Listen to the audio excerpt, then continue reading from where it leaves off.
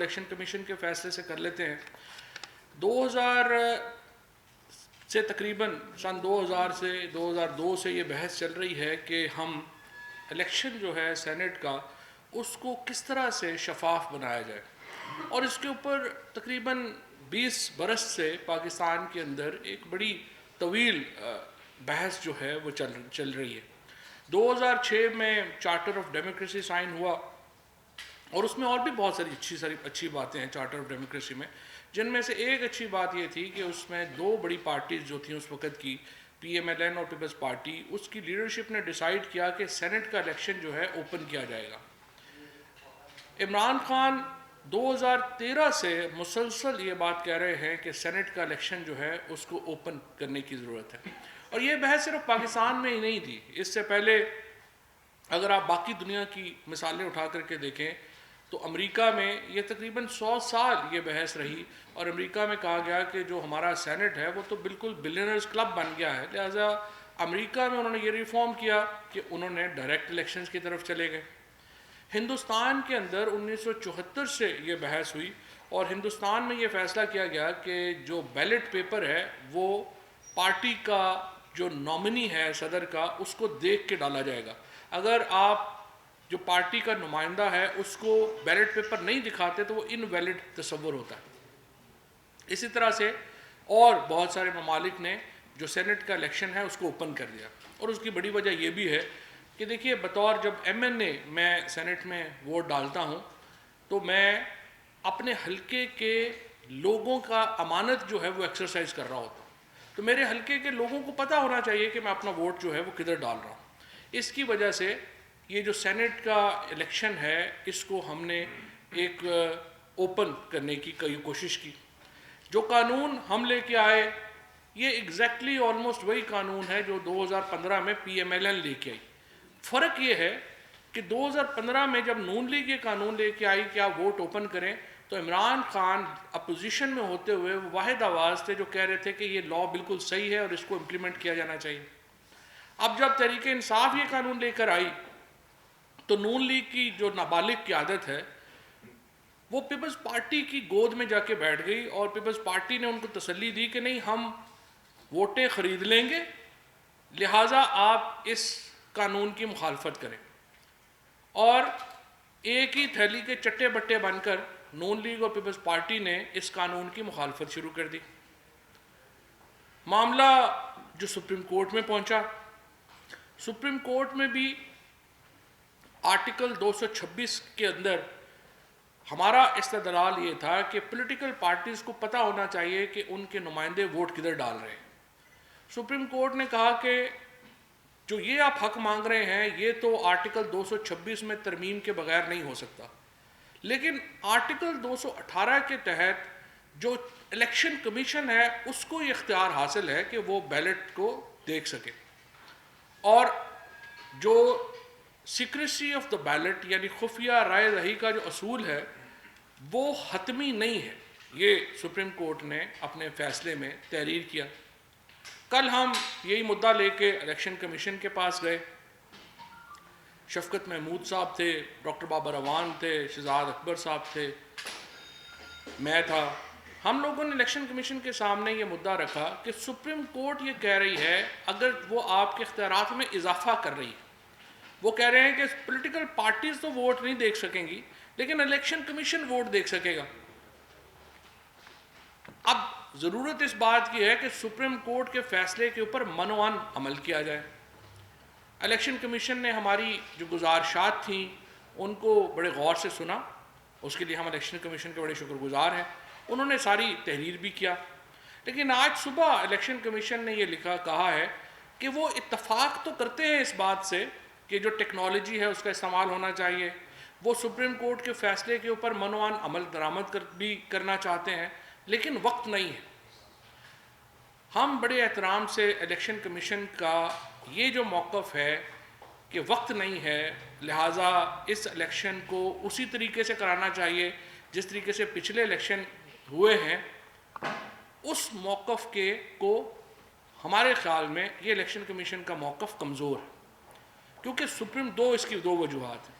ایک تو جو سپریم کورٹ کی اوپینین ہے آرٹیکل 186 کے اندر، یہ 2005 سے پہلے تو اوپینین تھی، رائے تھی، اور اس کا مانا جانا یا نہ مانا جانا ضروری نہیں تھا، لیکن 2005 میں حسبہ بل کے اوپر جو سپریم کورٹ کی اوپینین آئی، اس میں 9 ججز کی یہ ججمنٹ تھی کہ 186 کے اندر جب سپریم کورٹ کو رائے دے گی وہ تمام اداروں کے اوپر بائنڈنگ ہے. سو سپریم کورٹ کا حکم جس طرح سے حکومت کے اوپر بائنڈنگ ہے، اسی طرح سے الیکشن کمیشن کے اوپر بھی بائنڈنگ ہے. اور یہ کہنا کہ اگرچہ سپریم کورٹ کا حکم یہ ہے لیکن ہم اس کو امپلیمنٹ نہیں کر سکتے کیونکہ ہمارے پاس وقت نہیں ہے یا ہماری تیاری نہیں ہے، یہ کافی کمزور دلیل ہے، خصوصاً ان حالات میں جب کہ ہم نے الیکشن کمیشن کو اپنی پوری معاونت پیش کی اور ہم نے الیکشن کمیشن کو عرض کیا کہ آپ کو جو بھی ٹیکنالوجی اس میں چاہیے، حکومتی ادارے آپ کے لیے حاضر ہیں. اور دیکھیے ہم تو روزانہ کرنسی نوٹ چھاپتے ہیں، اس سے زیادہ سیکیور ٹینڈر، اس سے زیادہ محفوظ جو کاغذ ہے وہ تو اور کوئی نہیں ہو سکتا. لہٰذا ہمارے پاس ٹیکنالوجی تو ساری موجود ہے. آپ نے ٹوٹل 1600 یا 1700 بیلٹ پیپر آپ نے چھاپنے ہیں، ہزاروں لاکھوں بیلٹ پیپر تو آپ نے چھاپنے نہیں ہیں، اور تمام بیلٹ پیپر جو ہیں وہ فنگر پرنٹ ہو سکتے تھے اور آسانی سے سپریم کورٹ کے فیصلے کے اوپر عمل درآمد ہو سکتا تھا. لیکن یہ معاملہ بنیادی طور کے اوپر اب الیکشن کمیشن میں اور سپریم کورٹ کے درمیان ہے. ہم صرف یہ جو نقطہ ہے وہ رکھنا چاہتے ہیں کہ جو ٹیکنالوجی کی جہاں تک بات ہے کہ وہ اویلیبل ہے یا نہیں ہے، وہ 100% اویلیبل ہے، اور ہم سمجھتے ہیں کہ شفاف الیکشن کے لیے اسے بروئے کار لانا بہت ضروری ہے. کیونکہ میرا، آپ کا، پاکستان کی سیاسی جماعتوں کا، پاکستان کے عوام کا انٹرسٹ یہ ہوگا کہ ایسے انتخابات ہوں جن کے اوپر کوئی انگلی نہ اٹھا سکے. ابھی آپ دیکھیے سندھ میں کیا ہو رہا ہے. کل 3 ایم پی ایز کو وہاں کے لیڈر آف اپوزیشن نے باقاعدہ پریس کانفرنس کی اور انہوں نے بتایا کہ کس طرح سے 3 ایم این ایز کو اٹھا لیا گیا. آج ایک ایم پی اے ان میں سے سندھ اسمبلی میں آئے اور انہوں نے باقاعدہ فلور کے اوپر کھڑے ہو کے اپنے اوپر بیتی جو داستان تھی جو ان کے اوپر بیتی وہ سنانے کی صحیح کی کوشش کی، اور اس کے بعد وہاں پر ایک دھکم پیل ہو گئی. سو الیکشن کمیشن کا کام صرف یہ نہیں ہے کہ وہ ایک بیلٹ بانٹے گا اور کلیکٹ کرے گا، اس کو شفاف بنانا بھی الیکشن کمیشن کی ذمہ داری ہے، اور سینٹ کے انتخابات میں اس ذمہ داری کو الیکشن کمیشن کو پورا کرنا چاہیے. اور مجھے امید ہے کہ الیکشن کمیشن سندھ میں ہونے والے واقعات کا نوٹس لے گا اور فوری طور کے اوپر اس کے اوپر کوئی انکوائری کمیٹی تشکیل دی جائے گی. اور اس کے ساتھ ساتھ جس طریقے سے آصف زرداری صاحب تو اتنے بیمار تھے کہ وہ تو عدالت نہیں آ سکتے، ہر عدالتی پیشی کے اوپر زرداری صاحب کا تو ایک پورا اپلیکیشن آتی ہے کہ وہ بہت بیمار ہیں اور وہ عدالت کا سامنا نہیں کر سکتے. لیکن یوسف رضا گیلانی صاحب کی کیمپین کے لیے وہ کراچی سے لاہور تشریف لائے ہیں. ہم نے پنجاب میں، سندھ میں، خیبر پختونخوا میں، اسلام آباد میں حصہ بقدر جثہ مانگا ہے. جتنے ہماری سیٹیں بنتی ہیں ہم نے اتنے ہی کینڈیڈیٹس کھڑے کیے ہیں، ہم نے کہیں پر بھی زیادہ کینڈیڈیٹ کھڑے نہیں کیے. آپ مجھے بتائیے کہ پیپلز پارٹی کس حیثیت سے نیشنل اسمبلی میں یہ سیٹ چاہتی ہے؟ اس وقت تو پوری اپوزیشن مل کے بھی یہ سیٹ نہیں جیت سکتی.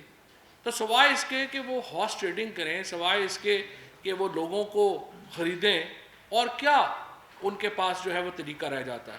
الیکشن کمیشن کو اس بات کا بھی نوٹس لینا چاہیے. اور یہ تمام وہ ٹریل ہے جو کہ ضروری ہے الیکشن کمیشن کو اس لیے بتانا اور اس لیے ان کے نوٹس میں لانا کہ الیکشن کو شفاف بنانا ایک انتہائی اہم ذمہ داری ہے جو سپریم کورٹ نے الیکشن کمیشن کو دی ہے، اور اس کے اوپر عمل درآمد ہونا بہت ضروری ہے.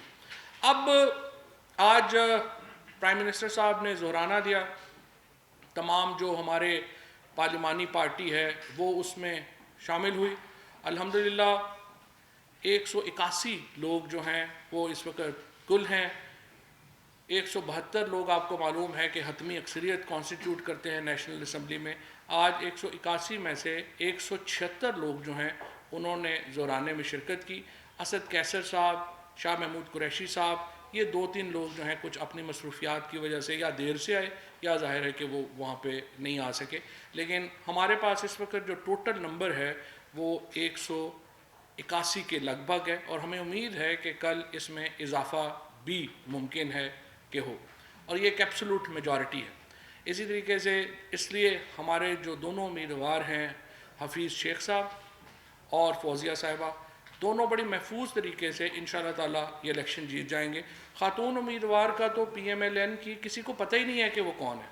آج میں نے تمام ایم این اے سے بھی پوچھا کہ وہ کون ہیں جو کہ پی ایم ایل این کی خاتون امیدوار ہیں، تو پتہ چلا کہ ان کا تو پی ایم ایل این والوں کو بھی نہیں پتہ.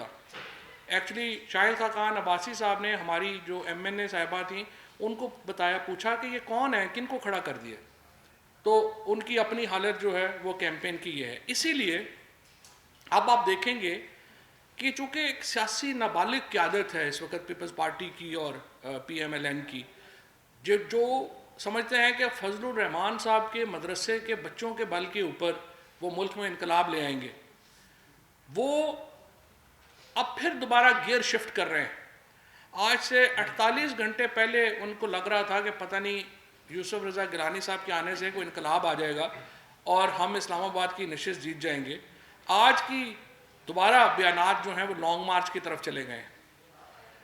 انہوں نے آپس میں جو ذمہ داریاں بانٹی تھیں، مریم نواز جو ہیں وہ بری طرح ناکام ہوئی سیاسی میدان جلسوں کو جمانے میں، اور بلاول صاحب بری طرح ناکام ہوئے ہیں پارلیمان میں. اور مجھے امید یہ ہے کہ یہ ان کی جو سیاسی جماعتوں میں جو سیریس لوگ ہیں وہ دیکھیں گے کہ یہ نابالغ سیاسی جماعتیں جو ہیں، سیاسی قیادت جو ہے اس کے حوالے سیاست نہیں کی جا سکتی. اور مولانا فضل الرحمان جو ہیں وہ ان کا وہ قد نہیں ہے کہ وہ ملک میں صرف مدرسے کے بچوں کے بل کے اوپر کوئی تبدیلی لا سکے. پاکستان کے اندر وزیر اعظم عمران خان کی قیادت میں تحریک انصاف ایک بالکل سیسا پلائی دیوار کی طرح کھڑی ہے. سینٹ کا الیکشن آخری بڑا سیاسی مارکہ ہے. اس کے بعد تو اگلے الیکشن جو ہیں وہ ہیں ہی بعد میں 3 سال. ہم یہ سمجھتے ہیں کہ جو سیاسی چورن بیچنے کی کوشش کی ہے اپوزیشن نے وہ بری طرح ناکام ہوئی ہے. اور اب سے کچھ دیر پہلے میں دیکھ رہا تھا کہ مفتاح اسماعیل صاحب جو ہیں وہ بات کر رہے تھے اکانومی کے اوپر. اگر پی ایم ایل این اور پیپلز پارٹی کے لوگوں میں تھوڑی سی بھی کوئی شرم حیا ہو تو وہ 4-5 سال تو اکانومی کے اوپر بات ہی نہ کریں، تاکہ لوگ کم از کم ان کی شکلیں بھول جائیں کہ جو انہوں نے ہمارے ساتھ کیا، جو انہوں نے پاکستان کے ساتھ کیا. کہ 2008 تک جب پہلی بار یہ ڈیکیڈ آف ڈارکنیس جو ہے وہ پاکستان پہ نازل ہوا تو ٹوٹل ہمارا قرضہ جو تھا وہ 6,000 ارب روپے تھا. اور 1947 سے لے کر کے 2006 تک ہمارا ٹوٹل قرضہ 6,000 ارب روپے تھا. اور 2008 سے لے کر کے 2018 تک کا جو 10 سال ہیں اس میں یہ قرضہ ہمارا بڑھ کے 30,000 ارب کے اوپر چلا گیا. تو آپ اندازہ لگا لیں کہ 1947 سے لے کے 2006 تک ہم نے کیا کیا، اور 2008 سے لے کے 2018 تک ہم نے اس قرضے کا استعمال کیا. اس لیے میں سمجھتا ہوں کہ جو اس وقت اپوزیشن کی سیاست ہے وہ آخری دموں کے اوپر ہے. اور کل کی جو انشاءاللہ عبدالحفیظ شیخ صاحب کی اور فوزیہ ارشد صاحبہ کی جو جیت ہوگی سینٹ میں، وہ اپوزیشن کی اس سیاست میں کے تابوت میں آخری کیل ہوگی. بہت شکریہ.